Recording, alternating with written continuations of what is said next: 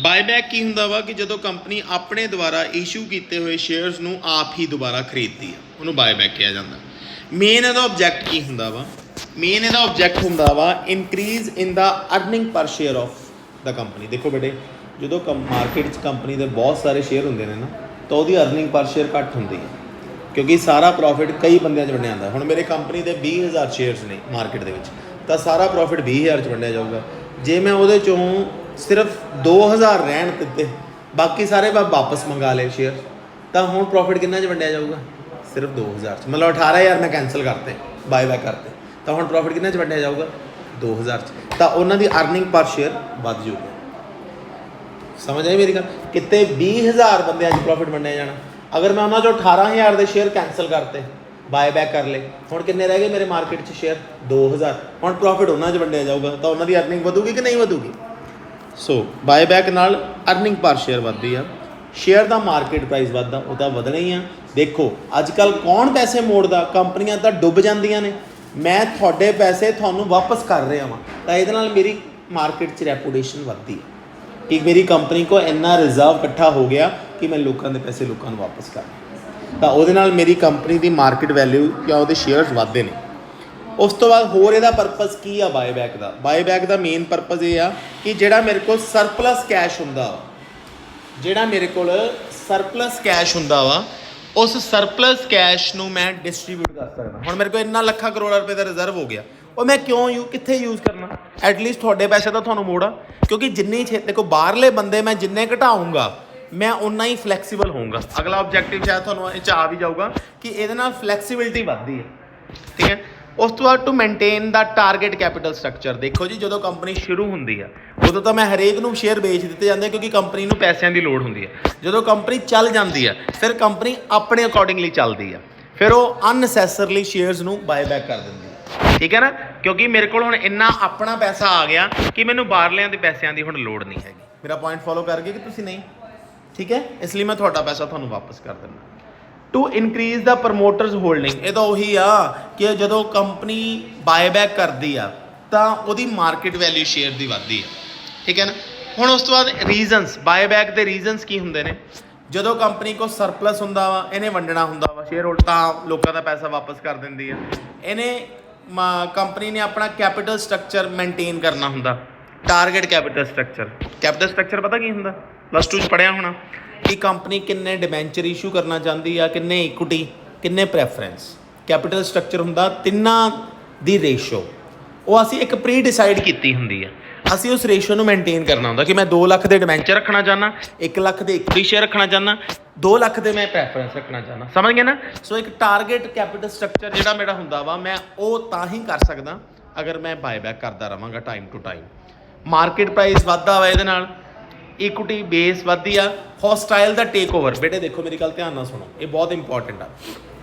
Company ਦੇ ਜਿੰਨੇ market 'ਚ ਸ਼ੇਅਰ ਜ਼ਿਆਦਾ ਹੋਣਗੇ ਨਾ, ਉਨਾ ਹੀ ਕੰਪਨੀ ਨੂੰ ਟੇਕ ਓਵਰ ਕਰਨਾ ਸੌਖਾ ਹੋਊਗਾ। ਕਿਉਂ? ਕਿਉਂਕਿ ਅਗਰ ਕਿਸੇ ਨੇ ਮੇਰੀ ਕੰਪਨੀ ਦੇ 51% ਸ਼ੇਅਰ ਖਰੀਦ ਲਏ ਤਾਂ ਉਹ ਮਾਲਕ ਬਣ ਗਿਆ। 51% ਸ਼ੇਅਰ ਅਗਰ ਮੇਰਾ ਕੋਈ ਖਰੀਦ ਲੈਂਦਾ ਤਾਂ ਉਹ ਮਾਲਕ ਬਣ ਗਿਆ। ਜਦ ਮੇਰੇ ਮਾਰਕੀਟ 'ਚ ਸ਼ੇਅਰ ਹੀ ਖਿਲਰੇ ਪਏ ਆ, ਮੈਨੂੰ ਮੇਨਟੇਨ ਕਰਨਾ ਹੀ ਔਖਾ ਹੋ ਰਿਹਾ, ਤਾਂ ਜਿਹੜਾ ਮਰਜ਼ੀ ਮੇਰੇ ਕੰਪਨੀ ਦੇ ਸ਼ੇਅਰਸ ਟੇਕ ਓਵਰ ਕਰ ਲਵੇ, ਇਹੀ ਮੇਰੇ ਸ਼ੇਅਰ ਘੱਟ ਹੋਣਗੇ ਮਾਰਕੀਟ 'ਚ, ਮੈਨੂੰ ਸਾਰਾ ਉਹਦਾ ਰੈਗੂਲੇਟ ਹੋਊਗਾ, ਤਾਂ ਮੇਰਾ ਹੌਸਟਾਈਲ ਟੇਕ ਓਵਰ ਨਹੀਂ ਹੋਊਗਾ। ਹੌਸਟਾਈਲ ਮਤਲਬ ਕੋਈ ਵੀ ਕੰਪਨੀ ਮੈਨੂੰ ਟੇਕ ਓਵਰ ਨਹੀਂ ਕਰ ਪਾਊਗੀ ਬਿਨਾਂ ਮੇਰੀ ਮਰਜ਼ੀ। ਵੈਸੇ ਤਾਂ ਉੱਦਾਂ ਵੀ ਨਹੀਂ ਕਰ ਸਕਦੀ ਹੁੰਦੀ, ਲੇਕਿਨ ਕਹਿੰਦੇ ਨੇ ਨਾ ਖਲਾਰਾ ਜਿੰਨਾ ਘੱਟ ਹੋਵੇ ਚੰਗਾ ਹੁੰਦਾ, ਇਸ ਲਈ ਖਲਾਰਾ ਸਮੇਟ ਲੈਣਾ ਚਾਹੀਦਾ। ਇਹ ਬਾਏਬੈਕ ਬੇਸਿਕਲੀ ਪੰਜਾਬੀ ਭਾਸ਼ਾ 'ਚ ਖਲਾਰਾ ਸਮੇਟਣਾ, ਕਿ ਜਿਹੜਾ ਤੁਸੀਂ ਖਲਾਰਾ ਪਾਇਆ ਹੋਇਆ ਮਾਰਕੀਟ 'ਚ ਸ਼ੇਅਰਾਂ ਦਾ, ਉਹਨੂੰ ਸਮੇਟ ਲਓ, ਠੀਕ ਹੈ ਨਾ। ਹੁਣ ਇਹਦੀਆਂ ਕੰਡੀਸ਼ਨ ਜੋ ਕਿ ਬਹੁਤ ਇੰਪੋਰਟੈਂਟ ਨੇ, ਇਹਨੂੰ ਕੰਡੀਸ਼ਨਸ ਵੀ ਕਹਿ ਦਿੰਦੇ ਨੇ, ਇਹਨੂੰ ਪ੍ਰੋਵੀਜ਼ਨਸ ਵੀ ਕਹਿ ਦਿੰਦੇ ਨੇ ਬੇਟੇ, ਬਾਏਬੈਕ ਦੀ ਬਹੁਤ ਇੰਪੋਰਟੈਂਟ ਨੇ। ਸ਼ੇਅਰ ਮਸਟ ਬੀ ਫੁੱਲੀ ਪੇਡ ਅਪ, ਦੱਸਣ ਦੀ ਲੋੜ ਹੈ ਬੱਚਿਓ ਕਿ ਬਾਏਬੈਕ ਤਾਂ ਹੀ ਕਰ ਸਕਦੇ ਹਾਂ ਜੇਕਰ ਸ਼ੇਅਰ ਤੁਹਾਡੇ ਕੀ ਹੋਣਗੇ? Fully paid up. Authorization of article of association, ਪਤਾ ਨਾ ਆਰਟੀਕਲ ਆਫ ਐਸੋਸੀਏਸ਼ਨ ਇੱਕ ਡਾਕੂਮੈਂਟ ਹੁੰਦਾ ਵਾ, ਉਹਦੇ ਵਿੱਚ ਲਿਖਿਆ ਹੋਣਾ ਚਾਹੀਦਾ ਵਾ ਕਿ ਕੰਪਨੀ ਕਦੇ ਵੀ ਬਾਏਬੈਕ ਕਰ ਸਕਦੀ ਹੈ। ਜੇ ਉਸ ਡਾਕੂਮੈਂਟ ਦੇ ਵਿੱਚ ਲਿਖਿਆ ਹੋਇਆ ਨਹੀਂ ਹੈਗਾ ਤਾਂ ਤੁਸੀਂ ਬਾਏਬੈਕ ਨਹੀਂ ਕਰ ਸਕਦੇ। ਸਪੈਸ਼ਲ ਰੈਜ਼ੋਲੂਸ਼ਨ, ਜਦੋਂ ਵੀ ਤੁਸੀਂ ਬਾਏਬੈਕ ਦਾ ਪ੍ਰੋਸੈਸ ਸ਼ੁਰੂ ਕਰਨਾ ਵਾ ਤਾਂ ਇੱਕ ਮੀਟਿੰਗ ਬੁਲਾਈ ਜਾਊਗੀ, ਬੋਰਡ ਮੀਟਿੰਗ, ਤੇ ਉਹਦੇ 'ਚ ਇੱਕ ਸਪੈਸ਼ਲ ਮਤਾ ਪਾਸ ਕੀਤਾ ਜਾਏਗਾ, ਉਸ ਤੋਂ ਬਾਅਦ ਹੀ ਬਾਏਬੈਕ ਕਰ ਸਕਦੇ ਹੋ। 12 ਮਹੀਨਿਆਂ ਦੇ ਅੰਦਰ ਅੰਦਰ ਬਾਏਬੈਕ ਦਾ ਸਾਰਾ ਪ੍ਰੋਸੈਸ ਆ ਜਿਹੜਾ ਕੰਪਲੀਟ ਹੋ ਜਾਣਾ ਚਾਹੀਦਾ। ਠੀਕ ਹੈ, ਆਫਟਰ ਬਾਏਬੈਕ ਤੁਸੀਂ ਘੱਟੋ ਘੱਟ 6 ਮਹੀਨੇ ਸੇਮ ਤਰ੍ਹਾਂ ਦੇ ਸ਼ੇਅਰ ਇਸ਼ੂ ਨਹੀਂ ਕਰ ਸਕਦੇ। ਮਤਲਬ ਆਪਾਂ ਅੱਜ ਇਕੁਇਟੀ ਸ਼ੇਅਰ ਬਾਏਬੈਕ ਕੀਤੇ ਆ, ਘੱਟੋ ਘੱਟ 6 ਮਹੀਨੇ ਅਸੀਂ ਦੁਬਾਰਾ ਇਸ਼ੂ ਨਹੀਂ ਕਰ ਸਕਦੇ, ਕਿਉਂਕਿ ਹੁਣ ਤਾਂ ਕੈਂਸਲ ਕੀਤੇ ਆ, ਫਿਰ ਤਾਂ ਮੂਰਖ ਹੀ ਸੀਗੇ। ਕਿਉਂ ਕੈਂਸਲ ਕੀਤੇ ਫਿਰ ਜੇ ਇਸ਼ੂ ਹੀ ਕਰਨੇ ਸੀਗੇ? ਆਪਾਂ ਤਾਂ ਖਲਾਰਾ ਘਟਾਉਣਾ ਵਾ। Buyback must be made from the free reserve. ਦੇਖੋ ਜੀ, ਬਾਏਬੈਕ ਲਈ ਕਿਹੜੇ ਰਿਜ਼ਰਵ ਕੀਤੇ ਜਾਂਦੇ ਨੇ ਯੂਜ਼? ਫ੍ਰੀ ਰਿਜ਼ਰਵ, ਜਿੱਦਾਂ ਸਰਪਲਸ, ਜਨਰਲ ਰਿਜ਼ਰਵ, ਇਹ ਸਾਰੇ ਯੂਜ਼ ਕੀਤੇ ਜਾਂਦੇ ਨੇ। ਇੱਕ ਤਾਂ ਉਹ ਰਿਜ਼ਰਵ 'ਚੋਂ ਯੂਜ਼ ਕੀਤਾ ਜਾਂਦਾ, ਦੂਜਾ ਬਾਏਬੈਕ ਕਰਨ ਲਈ ਆਪਾਂ ਕਿੱਥੋਂ ਪੈਸਾ ਮੰਗਾ ਸਕਦੇ ਹਾਂ? ਬਾਹਰੋਂ। ਮਤਲਬ ਬਾਏਬੈਕ ਲਈ ਪੈਸਾ ਜਾਂ ਤਾਂ ਘਰ ਦੇ ਰਿਜ਼ਰਵ 'ਚੋਂ ਕੱਢਿਆ ਜਾਂਦਾ ਜਾਂ ਫਿਰ ਕਿੱਥੋਂ ਕੱਢਿਆ ਜਾਂਦਾ? ਬਾਹਰੋਂ। ਬਾਹਰ ਆਪਾਂ ਕੀ ਇਸ਼ੂ ਕਰ ਸਕਦੇ ਹਾਂ? ਡਿਬੈਂਚਰ ਤੇ ਪ੍ਰੈਫਰੈਂਸ। ਸਮਝ ਆ ਗਈ ਮੇਰੀ ਗੱਲ? ਉਸ ਤੋਂ ਬਾਅਦ ਸ਼ੇਅਰ ਮਸਟ ਬੀ ਲਿਸਟਡ ਇਨ ਸਟਾਕ ਐਕਸਚੇਂਜ। ਜਿਹੜੇ ਤੁਸੀਂ ਸ਼ੇਅਰ ਬਾਏਬੈਕ ਕਰਨ ਜਾ ਰਹੇ ਹੋ ਉਹ ਸਟਾਕ ਐਕਸਚੇਂਜ ਕੀ ਹੋਣੇ ਚਾਹੀਦੇ ਨੇ? ਲਿਸਟ ਹੋਣੇ ਚਾਹੀਦੇ, ਮਤਲਬ ਰਜਿਸਟਰਡ ਹੋਣੇ ਚਾਹੀਦੇ ਨੇ। ਇੱਕ ਅਨਰਜਿਸਟਰਡ ਕੰਪਨੀ ਆਪਣੇ ਸ਼ੇਅਰਸ ਨੂੰ ਬਾਏਬੈਕ ਨਹੀਂ ਕਰ ਸਕਦੀ। Debt equity ratio must be 2:1। ਇਹ ਕੀ ਆ? ਬਾਏਬੈਕ ਕਰਨ ਤੋਂ ਬਾਅਦ ਜਿਹੜੀ ਤੁਹਾਡੀ ਡੈਟ ਇਕੁਇਟੀ ਰੇਸ਼ੋ, ਮਤਲਬ ਕੰਪਨੀ ਦੇ ਡਿਬੈਂਚਰ ਤੇ ਕੰਪਨੀ ਦੀ ਇਕੁਇਟੀ 2:1 ਹੋਣੀ ਚਾਹੀਦੀ ਆ। ਮਤਲਬ ਬਾਏਬੈਕ ਕਰਨ ਤੋਂ ਬਾਅਦ ਇਹਨਾਂ ਦੀ ਰੇਸ਼ੋ, ਮਤਲਬ ਤੁਹਾਡੇ ਡਿਬੈਂਚਰ ਤੁਹਾਡੇ ਇਕੁਇਟੀ ਸ਼ੇਅਰ ਨਾਲੋਂ ਦੁੱਗਣੇ ਹੋਣੇ ਚਾਹੀਦੇ ਆ। ਜੇ ਬਾਏਬੈਕ ਕਰਨ ਤੋਂ ਬਾਅਦ ਤੁਹਾਡੀ ਇਕੁਇਟੀ 1 ਲੱਖ ਦੀ ਰਹਿ ਗਈ ਤਾਂ ਡਿਬੈਂਚਰ ਕਿੰਨੇ ਲੱਖ ਦੇ ਹੋਣਗੇ? 2 ਲੱਖ ਦੇ। ਸਮਝ ਆਏਗੀ ਮੇਰੀ ਗੱਲ? ਉਸ ਤੋਂ ਬਾਅਦ ਹੈਗਾ ਜੀ ਮੈਕਸਿਮਮ ਅਮਾਊਂਟ ਆਫ ਬਾਏਬੈਕ। ਤੁਸੀਂ ਮੈਕਸਿਮਮ 25% ਸ਼ੇਅਰ ਇੱਕ ਵਾਰ 'ਚ ਬਾਏਬੈਕ ਕਰ ਸਕਦੇ। ਕਿੰਨੇ? 25% ਸ਼ੇਅਰ। ਇਸ ਤੋਂ ਜੇ ਮਤਲਬ ਲੱਖ ਰੁਪਏ ਦੇ ਸ਼ੇਅਰ ਆ ਤਾਂ ਤੁਸੀਂ ਸਿਰਫ 25,000 ਦੇ ਬਾਏਬੈਕ ਕਰ ਸਕਦੇ। ਉਸ ਤੋਂ ਬਾਅਦ ਹੁੰਦਾ ਜੀ no need of special resolution in certain case. ਅਗਰ ਤੁਸੀਂ 10% ਤੋਂ ਘੱਟ ਬਾਏਬੈਕ ਕਰ ਰਹੇ ਹੋ ਫਿਰ ਤੁਹਾਨੂੰ ਸਪੈਸ਼ਲ ਰੈਜ਼ੋਲੂਸ਼ਨ ਪਾਸ ਕਰਨ ਦੀ ਲੋੜ ਨਹੀਂ ਹੈਗੀ ਰਾਜੀ। ਕਲੀਅਰ ਆ ਬੇਟੇ? ਸੋ ਇਹ ਸੀਗਾ ਤੁਹਾਡਾ ਬਾਏਬੈਕ ਦੀਆਂ ਪ੍ਰੋਵੀਜ਼ਨਸ। ਇੱਕ ਇਹਨੇ ਪ੍ਰੋਵੀਜ਼ਨ ਘੱਟ ਲਿਖੀ ਆ ਜਾਂ ਇਸ ਚੀਜ਼ 'ਚ ਹੈ ਨਹੀਂ ਗੀ, ਉਹ ਹੈਗੀ ਆ ਜਿੰਨੀ ਫੇਸ ਵੈਲਿਊ ਤੁਸੀਂ ਬਿਜ਼ਨਸ 'ਚੋਂ ਯੂਜ਼ ਕਰਦੇ ਹੋ ਉਹਨੇ ਦਾ ਤੁਸੀਂ ਕੀ ਕ੍ਰੀਏਟ ਕਰਦੇ ਹੋ? CRR। ਮੈਂ ਤੁਹਾਨੂੰ ਹੁਣੇ ਦੱਸ ਕੇ ਕਿ ਜਿੰਨਾ ਪੈਸਾ ਫੇਸ ਵੈਲਿਊ ਦਾ ਤੁਸੀਂ ਬਿਜ਼ਨਸ 'ਚੋਂ ਯੂਜ਼ ਕਰਦੇ ਹੋ ਉਹਦਾ ਕੀ ਕ੍ਰੀਏਟ ਕਰਦੇ ਹੋ? CRR ਕ੍ਰੀਏਟ ਕਰਦੇ ਹੋ। ਠੀਕ ਹੈ ਨਾ? Thank you so much.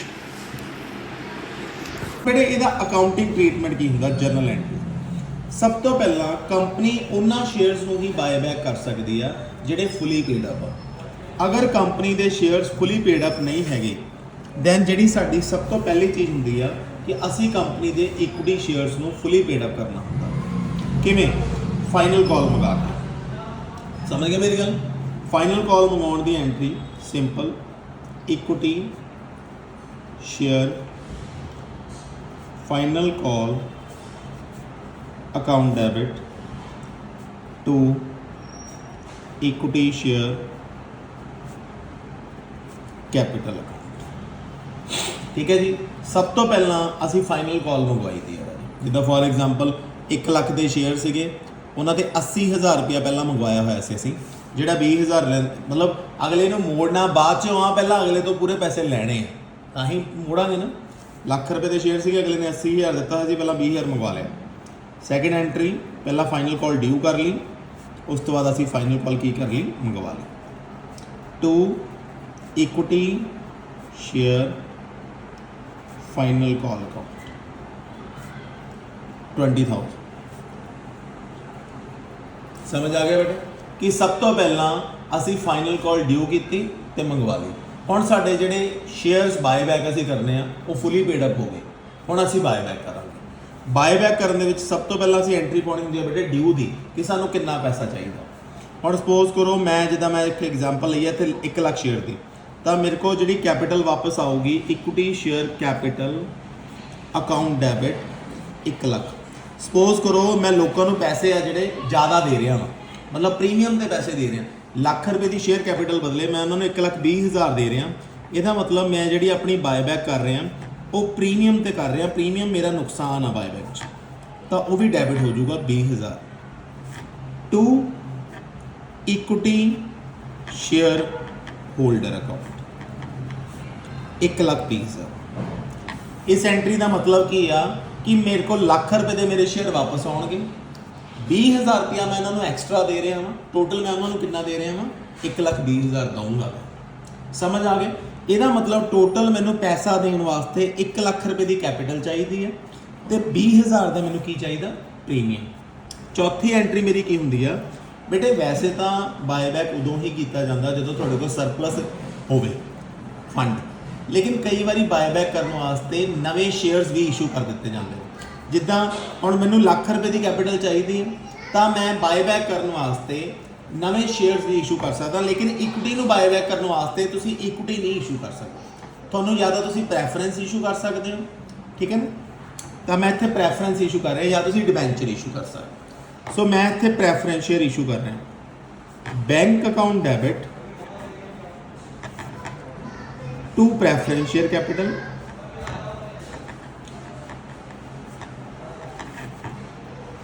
To security premium. ਇਹ ਉਹ ਪ੍ਰੀਮੀਅਮ ਆ ਬੇਟੇ ਜਿਹੜਾ ਮੈਂ ਇਸ਼ੂ ਕਰਨ ਦੇ ਟਾਈਮ ਤੇ ਮੈਨੂੰ ਮਿਲਿਆ। ਫੋਰ ਐਗਜ਼ਾਮਪਲ ਮੈਂ 50000 ਦੇ ਪ੍ਰੈਫਰੈਂਸ ਸ਼ੇਅਰ ਮਾਰਕੀਟ 'ਚ ਵੇਚੇ, ਇਸ਼ੂ ਕੀਤੇ, 5000 ਪ੍ਰੀਮੀਅਮ ਲਿਆ ਉਹਨਾਂ ਤੋਂ, ਟੋਟਲ ਮੈਨੂੰ ਕਿੰਨਾ ਪੈਸਾ ਆਇਆ, 55000। ਸਮਝ ਆ ਗਈ ਮੇਰੀ ਗੱਲ ਬੇਟੇ। ਉਸ ਤੋਂ ਬਾਅਦ ਆਪਣਾ ਕੈਸ਼ ਬੈਲੈਂਸ ਮੇਨਟੇਨ ਕਰਨ ਵਾਸਤੇ ਮੈਂ ਇਨਵੈਸਟਮੈਂਟ ਵੀ ਵੇਚੂੰਗਾ, ਕਿਉਂਕਿ ਮੈਨੂੰ ਪੈਸੇ ਦੀ ਲੋੜ ਹੈ, ਮੈਂ ਅਗਲੇ ਦਾ ਪੈਸਾ ਮੋੜਨਾ, ਬਾਏਬੈਕ ਕਰਨਾ। ਆ ਬਾਏਬੈਕ ਕਰਨ ਵਾਸਤੇ ਮੈਂ ਸਭ ਕੁਝ ਕਰ ਰਿਹਾ। ਹਾਂਜੀ, ਮੈਂ ਇਨਵੈਸਟਮੈਂਟ ਵੇਚੀ, ਸਪੋਜ਼ ਕਰੋ ਮੇਰੀ 1 ਲੱਖ ਦੀ ਇਨਵੈਸਟਮੈਂਟ ਸੀਗੀ, ਉਹ ਮੈਂ 1,10,000 ਦੀ ਵੇਚਤੀ, ਤਾਂ ਮੇਰੇ ਕੋਲ 1,10,000 ਆ ਗਏ। ਇਨਵੈਸਟਮੈਂਟ ਮੇਰੀ ਕਿੰਨੇ ਦੀ ਗਈ, 1 ਲੱਖ ਦੀ। ਜਿਹੜਾ ਮੈਨੂੰ ਫਾਇਦਾ ਹੋਇਆ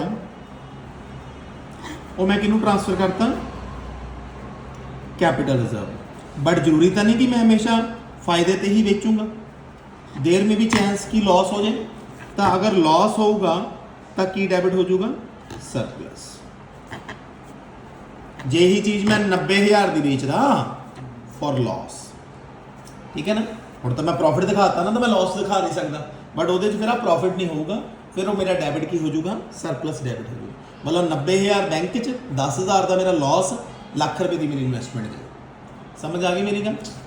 चलो नैक्सट हुंदा वा एंट्री। हुण देखीदा कि सानू टोटल कितना पैसा चाहिए, सानू टोटल चाहिए 1,20,000 देने वास्ते। हुण सानू प्रीमियम किन्ने दा चाहिए, 20,000 का, जिस चों 5,000 का प्रीमियम सानू मार्केट चों आ गया, बाकी असीं बैलेंस शीट च देख लईदा। साडे कोल बैलेंस शीट च पुराना भी प्रीमियम पिया हुंदा, तां असीं उहनूं भी यूज़ कर सकदे। हुण की आ जिहड़ी नैक्सट एंट्री हुंदी आ, ਉਹ ਹੁੰਦੀ ਆ ਪ੍ਰੀਮੀਅਮ ਔਨ ਬਾਏਬੈਕ ਨੂੰ ਰਾਈਟ ਆਫ ਕਰਨ ਦੀ। Security premium account debit 20,000। ਇਹ ਕਿਵੇਂ ਬਣਿਆ, 5 ਮੈਂ ਆ ਚੱਕ ਲਿਆ ਜਿਹੜਾ ਮੈਨੂੰ ਇਸ਼ੂ ਤੇ ਆਇਆ, 15 ਮੈਂ ਸਪੋਜ਼ ਕਰ ਰਿਹਾ ਕਿ ਮੇਰੇ ਕੋਲ ਬੈਲੈਂਸ ਸ਼ੀਟ 'ਚ ਪਿਆ ਸੀ, ਮੈਂ ਉਹ ਯੂਜ਼ ਕਰਕੇ ਆ ਜਿਹੜਾ ਦੇਣ ਵਾਲਾ ਪ੍ਰੀਮੀਅਮ ਆ, ਪ੍ਰੀਮੀਅਮ ਔਨ ਬਾਏਬੈਕ, ਉਹਨੂੰ ਕੀ ਕਰਤਾ, ਰਾਈਟ ਆਫ ਕਰਤਾ। ਇਨ ਸ਼ਾਰਟ ਅਗਰ ਇਹਨੂੰ ਤੁਸੀਂ ਸਿੰਪਲ ਲੈਂਗੁਏਜ ਕਹੋ, ਮੈਨੂੰ ਟੋਟਲ 1,20,000 ਚਾਹੀਦਾ ਸੀ, ਜਿਸ 'ਚ 20,000 ਦਾ ਪ੍ਰੀਮੀਅਮ ਚਾਹੀਦਾ ਸੀ, ਜੋ ਮੈਂ ਪ੍ਰੀਮੀਅਮ 'ਚੋਂ ਪੈਸਾ ਕੱਢ ਲਿਆ, ਠੀਕ ਹੈ। ਹੁਣ ਬਾਕੀ 50,000 ਰੁਪਇਆ ਮੈਨੂੰ ਕਿੱਥੋਂ ਆ ਗਿਆ, ਟੋਟਲ ਮੈਨੂੰ ਕੈਪੀਟਲ ਰਹਿ ਗਈ ਮੇਰੀ 1 ਲੱਖ ਦੀ, ਉਹ 'ਚੋਂ 50,000 ਦੀ ਤਾਂ ਮੇਰੇ ਕੋਲ ਕੈਪੀਟਲ ਆ ਗਈ, ਬਾਕੀ 50,000 ਰੁਪਇਆ ਮੈਨੂੰ ਬਿਜ਼ਨਸ 'ਚੋਂ ਕੱਢਣਾ ਪਿਆ। ਉਹਦੇ ਲਈ ਮੈਨੂੰ ਕੀ ਕ੍ਰੀਏਟ ਕਰਨਾ ਪੈਂਦਾ, CRR। ਹਮੇਸ਼ਾ ਯਾਦ ਰੱਖਿਓ, ਫੇਸ ਵੈਲਿਊ ਦਾ ਜਿੰਨਾ ਪੈਸਾ ਤੁਸੀਂ ਆਪਣੇ ਬਿਜ਼ਨਸ 'ਚੋਂ ਕੱਢਦੇ ਹੋ, ਉਹਦੇ ਲਈ ਤੁਸੀਂ ਕੀ ਕ੍ਰੀਏਟ ਕਰਦੇ ਹੋ, CRR ਕ੍ਰੀਏਟ ਕਰਦੇ ਹੋ। CRR ਕਿਵੇਂ ਹੁੰਦਾ ਰਾਜੇ, ਦੇਖੋ ਤੁਸੀਂ ਜਨਰਲ ਰਿਜ਼ਰਵ ਅਗਰ ਤੁਹਾਡੀ ਬੈਲੈਂਸ ਸ਼ੀਟ 'ਚ ਪਿਆ ਵਾ, ਉਹ ਯੂਜ਼ ਕਰ ਸਕਦੇ ਹੋ, ਸਰਪਲਸ ਯੂਜ਼ ਕਰ ਸਕਦੇ ਹੋ, ਕੈਪੀਟਲ ਰਿਜ਼ਰਵ ਵੀ ਯੂਜ਼ ਕਰ ਸਕਦੇ ਹੋ, ਲੇਕਿਨ ਉਹ ਵਾਲਾ ਜਿਹੜਾ ਐਸਿਡ ਵੇਚ ਕੇ ਆਇਆ ਹੈ, ਐਸਿਡ ਵੇਚ, ਠੀਕ ਹੈ। Account debit to capital redemption reserve account, ਇਹ ਕਿੰਨੇ ਦਾ ਪਊਗਾ, 50,000, 50K ਦੇ। ਕਿਵੇਂ ਆਇਆ ਇਹ, ਟੋਟਲ ਮੈਨੂੰ ਫੇਸ ਵੈਲਿਊ ਲੱਖ ਚਾਹੀਦੀ ਸੀ, 50,000 ਦੀ ਫੇਸ ਵੈਲਿਊ ਮੈਨੂੰ ਬਾਹਰੋਂ ਆ ਗਈ, ਬਾਕੀ 50,000 ਦੀ ਮੈਂ ਬਿਜ਼ਨਸ 'ਚੋਂ ਕੱਢ ਰਿਹਾ, ਤਾਂ ਉਹਦੇ ਲਈ ਮੈਂ ਕੀ ਕ੍ਰੀਏਟ ਕਰ ਦੂੰਗਾ, CRR। ਕਈ ਬੱਚਿਆਂ ਨੂੰ ਨਾ ਕਨਫਿਊਜ਼ਨ ਹੁੰਦੀ ਆ ਕਿ ਸਰ ਤੁਸੀਂ ਆ ਇਨਵੈਸਟਮੈਂਟ ਵੀ ਤਾਂ ਵੇਚੀ ਆ, ਉਹਦੇ 'ਚ ਵੀ ਤਾਂ 50,000 ਆ ਗਿਆ। ਬੇਟੇ ਉਹ ਐਸਿਡ ਦੇ ਪੁਆਇੰਟ ਆਫ ਵਿਊ ਨਾਲ, ਇਨਕਮ ਆਪਾਂ ਅਕਾਊਂਟ ਦੇ ਵਿੱਚ ਦੋਨੋਂ ਪੁਆਇੰਟ ਆਫ ਵਿਊ ਚੈੱਕ ਕਰਨੇ ਹੁੰਦੇ। ਪਹਿਲਾਂ ਲਾਇਬਿਲਿਟੀ ਦੇ ਪੁਆਇੰਟ ਆਫ ਵਿਊ ਨਾਲ ਆਪਾਂ ਸਾਰਾ ਪੈਸਾ ਇਕੱਠਾ ਕਰਨਾ, ਉਹਨੂੰ ਵਿੱਚ ਇਨਕਲੂਡ ਨਹੀਂ ਕਰਨਾ, ਉਹ ਬੈਂਕ ਬੈਲੈਂਸ ਦੇ ਹਿਸਾਬ ਨਾਲ ਕਿ ਬੈਂਕ ਬੈਲੈਂਸ ਮੇਨਟੇਨ ਚਾਹੀਦਾ। ਹੁਣ ਸਾਰਾ ਕੁਝ ਹੋ ਗਿਆ ਜੀ, ਲਾਸਟ ਐਂਟਰੀ ਹੋਊਗੀ, ਲਾਸਟ ਐਂਟਰੀ ਹੁੰਦੀ ਹੈ ਸਾਡੀ ਪੇਮੈਂਟ ਦੀ। ਇਕੁਇਟੀ, ਕਿਉਂਕਿ ਸਾਰਾ ਪੈਸਾ ਅਸੀਂ ਇਕੱਠਾ ਕਰ ਲਿਆ, equity shareholder account debit to bank account ਕਿੰਨਾ 1,20,000। सो पहली एंट्री फाइनल कॉल मंगाउण दियां पहलियां दो एंट्रियां, फिर असी पैसा ड्यू कर लिया कि लाख रुपए की कैपिटल वापस आऊगी, 20,000 प्रीमियम उन्होंने एक्स्ट्रा दे रहे हैं, टोटल 1,20,000 दे रहे हैं। ਉਹਦੇ ਵਾਸਤੇ ਅਸੀਂ ਪ੍ਰੈਫਰੈਂਸ ਸ਼ੇਅਰ ਇਸ਼ੂ ਕਰ ਲਈ ਕਿਉਂਕਿ ਸਾਨੂੰ ਪੈਸੇ ਦੀ ਲੋੜ ਹੈ। 50,000 ਦੇ ਪ੍ਰੈਫਰੈਂਸ ਸ਼ੇਅਰ ਕੈਪੀਟਲ ਇਸ਼ੂ ਕੀਤੀ, 5,000 ਪ੍ਰੀਮੀਅਮ ਤੇ ਟੋਟਲ 55,000 ਆ ਗਿਆ। ਇਹ ਪ੍ਰੀਮੀਅਮ ਸਾਨੂੰ ਆਇਆ। ਫਿਰ ਇਨਵੈਸਟਮੈਂਟ ਵੇਚਤੀ ਫਾਇਦੇ ਤੇ, ਠੀਕ ਹੈ। ਫਿਰ ਆ ਜਿਹੜਾ ਪ੍ਰੀਮੀਅਮ ਆਇਆ ਪਲੱਸ ਜਿਹੜਾ ਬੈਲੈਂਸ ਸ਼ੀਟ 'ਚ ਸੀਗਾ ਉਹਦੀ ਹੈਲਪ ਨਾਲ ਆ ਪ੍ਰੀਮੀਅਮ ਨੂੰ ਕੀ ਕਰਤਾ, ਰਾਈਟ ਆਫ ਕਰਤਾ। ਫਿਰ ਜਿੰਨਾ ਪੈਸਾ ਘਰੋਂ ਕੱਢਿਆ ਉਹਦਾ ਕੀ ਕ੍ਰੀਏਟ ਕੀਤਾ, CRR ਕ੍ਰੀਏਟ ਕੀਤਾ। ਜਿੰਨਾ ਮਤਲਬ ਜਿੰਨੀ ਫੇਸ ਵੈਲਿਊ ਅਸੀਂ ਘਰੋਂ ਬਿਜ਼ਨਸ 'ਚੋਂ ਕੱਢੀ ਜਾਂ ਜਿੰਨਾ ਡਿਫਰੈਂਸ ਸੀਗਾ, ਠੀਕ ਹੈ, ਬਾਹਰੋਂ ਉਹਦਾ ਆਪਾਂ CRR ਕ੍ਰੀਏਟ ਕਰਤਾ। ਉਸ ਤੋਂ ਬਾਅਦ ਅਸੀਂ ਸਭ ਕੁਝ ਜਦੋਂ ਪੂਰਾ ਹੋ ਗਿਆ, CRR ਵੀ ਕ੍ਰੀਏਟ ਹੋ ਗਿਆ, ਸਭ ਕੁਝ ਹੋ ਗਿਆ, ਫਿਰ ਦੈਨ ਅਸੀਂ ਉਹਦੀ ਕੀ ਕਰਤੀ, ਪੇਮੈਂਟ ਕਰਤੀ। ਟੋਟਲ ਮੈਂ 1,20,000 ਪੂਰਾ ਕੀਤਾ। ਇਨ ਸ਼ਾਰਟ ਸਮਝ ਆ ਗਿਆ ਜੀ। 20,000 ਪ੍ਰੀਮੀਅਮ ਚੋਂ, 50,000 ਪ੍ਰੈਫਰੈਂਸ ਸ਼ੇਅਰ ਕੈਪੀਟਲ ਚੋਂ ਤੇ 50,000 ਦਾ ਮੈਂ ਕੀ ਬਣਾ ਲਿਆ, CRR। ਜਦੋਂ ਇਹ ਸਾਰੀਆਂ ਚੀਜ਼ਾਂ ਹੋ ਗਈਆਂ ਮੈਂ ਪੇਮੈਂਟ ਕਰ। ਇਸ ਤੋਂ ਇਲਾਵਾ ਕੋਈ ਐਂਟਰੀ ਨਹੀਂ ਜੀ ਤੁਹਾਡੇ ਕੋਲ। ਹੁਣ ਨੈਕਸਟ ਜਿਹੜਾ ਸਟੈਪ ਆ ਉਹ ਮੈਂ ਕੁਛ ਇਹਦੀਆਂ ਥਿਓਰੈਟੀਕਲ ਪੋਰਸ਼ਨ ਕਰਾਉਂਗਾ ਜਿਹੜਾ ਤੁਹਾਨੂੰ ਪੇਪਰ 'ਚ ਪੁੱਛਿਆ ਜਾਏਗਾ।